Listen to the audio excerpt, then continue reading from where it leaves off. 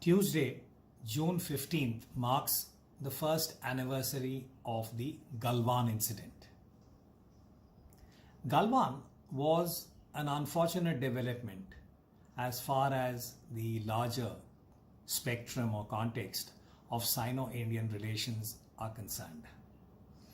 It may be recalled that in June last year, June 2020, the Chinese PLA took advantage of a tactical gap in the Ladakh sector of the line of actual control and surprised the Indian troops in that area and occupied certain fingers along the Pangong Lake.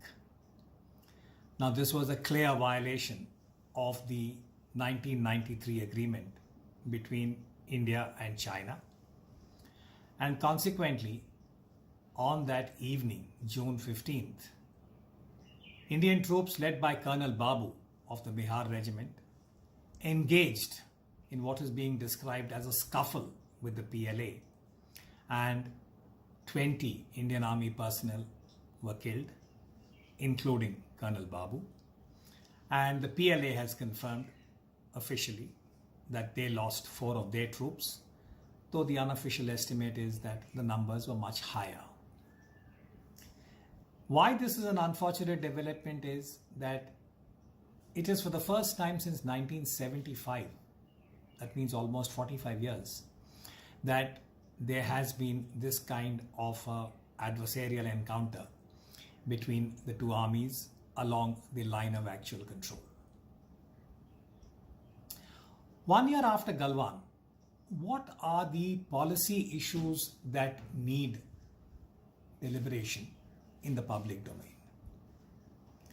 I would submit the following, that first of all, there is need for some clarity about what exactly happened in Galwan, because despite the fact that the event is now a year old, we do not have an official statement from the government of India about the chronology. It would be useful if there is the equivalent of a white paper that could be submitted perhaps for discussion in Parliament, with a clear understanding that any national security imperative should have all party consensus and that any deliberation should be as part of a constructive approach to what do we do next.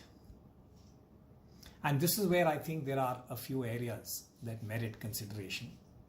Number one, let's get the narrative on Galwan as objectively shared with the public as is possible. And the reason I'm emphasizing this is because there has been some kind of obfuscation about the transgression issue. Did the PLA transgress or not? Now, at different points in time, it was suggested that because the line of actual control has not been delineated satisfactorily by both sides, it is about perception.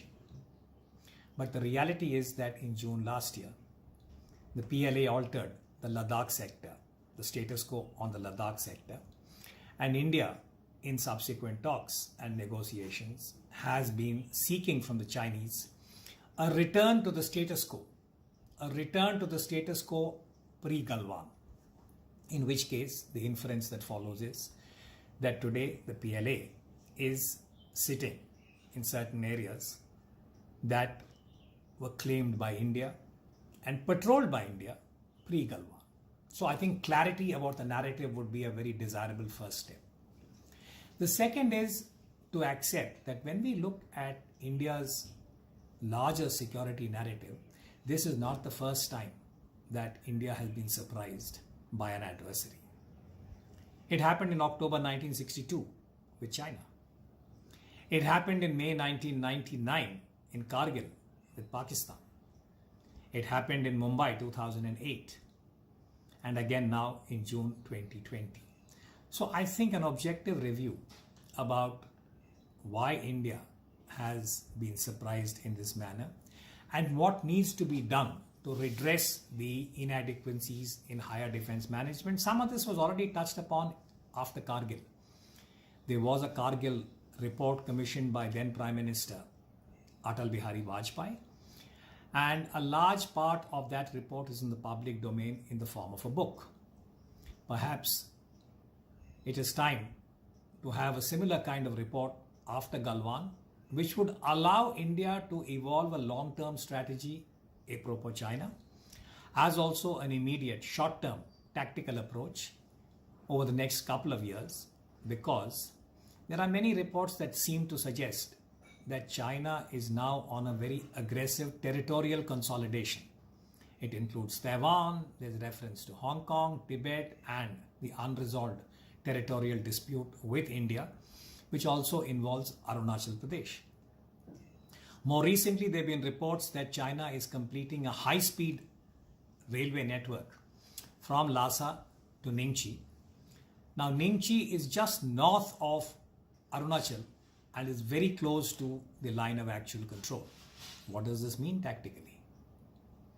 And at a strategic level, while India is now part of the US-led Quad, there are many multiple levels and domains of engagement with China, including trade and investment. Paradoxically, while Galwan was going on and we had the post-Galwan tension, the trade with China has remained as robust, so much so that over the last year, China has displaced the United States, according to some reports, as India's largest trading partner.